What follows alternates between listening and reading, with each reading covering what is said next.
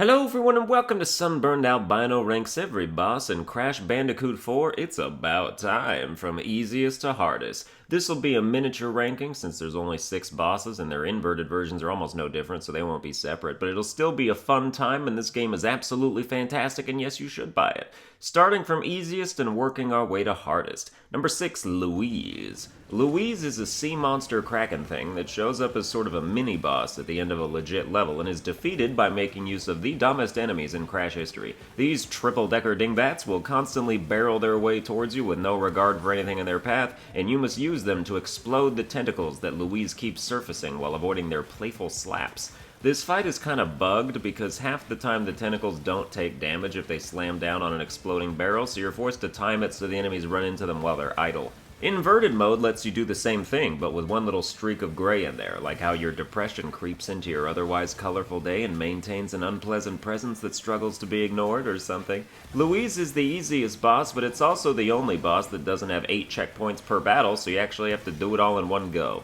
Number 5, the Entropy Twins. The Entropy Twins are 2 entropies from different universes, one male, one female, and boy are they into each other, and therefore themselves. Their dialogue is basically a self-circle jerk of horny narcissism, so it's nothing out of the ordinary for me. You start by reaching them, which involves grinding a dimensional rail and collecting enough fruit to unlock a meme. They really put the woe meme in there. There's even a Coco version. That's a ballsy move, I respect it. After spinning across some debris, we finally reach the 2 HP boss fight, which seems a bit light. These dudes are made out of paper. Each is a section of inverting and spinning laser generators and then doing it backwards while being chased by a different entropy who have begrudgingly put their sexual attention aside long enough to try and kill you. Inverted mode lets you do the same thing, but with a washed out palette that looks like you're viewing the action from a recently cleaned toilet. The sooner you beat the dual doppelgangers, the sooner they can get a room and freeze time until they're fully satisfied.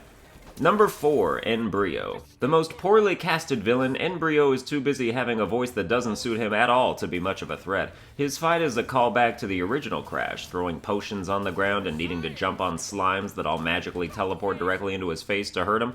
Afterwards, he becomes a big, buff, muscular green tea beefcake and starts trying to pound you hella. The twirler mask comes into play though and allows you to let it rip and Beyblade him right off the stage. It's good to glide outside the stage and weave back in to get past him when he starts to corner you. Inverted mode lets you do the same thing, but with a pale sandy piss filter that'll make you think you went colorblind while the back of your throat gets dry. This color scheme is dehydrating me, don't make me look at it anymore. Number 3, Engine. I think this is the best boss, not only in the entire game, but in the entire franchise. And not only in the entire franchise, but in the entire 3D platforming genre for the last 20 years, maybe in history. It's just damn fun. Engine has apparently become a metalhead, which makes sense with all the metal in his head, and he's going to synthesize your demise with the power of his drum machine kit.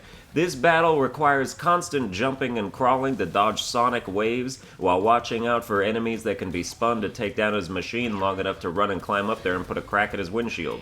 The first time I played it on stream, I could not shut up about how good it was. It's maximally engaging, and I felt badass avoiding everything. Inverted mode lets you do the same thing, but with full neon highlights in case you weren't tripping enough balls already. Is this what it's like to take ecstasy at a rave? Let me light up my glow sticks and put my fishnets on. Number 2, Cortex 1. The first time you fight Cortex is made annoying by missiles that constantly fall wherever you're standing, and lightning-fast electric cyclones you should slow down time to help avoid. He's generally throwing everything but the kitchen sink at you at any given time, and thank God, because that might have been the end of me. Spinning his punch bot when it dizzies itself is the way to deal damage. You basically have to just run and jump in circles the whole time while you wait for Bionic Little Mac to come get KO'd.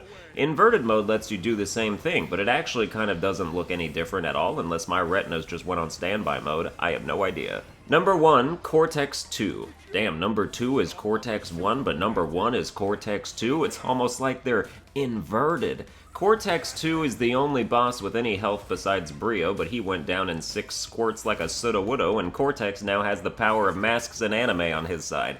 Each phase has him utilizing a different mask for a different attack, but it always ends with bouncing on guns and then spinning a lab assistant into the machine to damage it. Inverted mode lets you do the same thing, but with a retro filter so you can feel like it's 1980 back when gaming technology was absolute garbage and Centipede was the height of blockbuster action. This is the only fight where being in inverted mode makes a difference because you're almost guaranteed to initially run the wrong way at the start of the slow time section and be very embarrassed about it afterwards. Good thing you can just respawn in the middle of the battle in a very weird departure from the game's generally high difficulty. At first I thought I was going to make a rule for myself that I'd beat every boss without dying, but the first time I died while collecting footage I was like, nah, bring me back where I was, thanks. The bosses are definitely among the easier parts of the game though. I'll probably be trying to get all the insane relics for the rest of 2020. Well, that's gonna do it for this quick little boss ranking. I hope you enjoyed it. If you did, you can like, share, and subscribe. Check out my Crash 4 streams on YouTube if you want to see some pro gamer action mixed with struggle sessions of masochistic despair. The series isn't over till I 106% the game. If you're watching this 3 months later, I'm probably still doing it, so give it a gander. Look up all my treasure trove of other boss rankings and whatnot, and I will see you guys next time.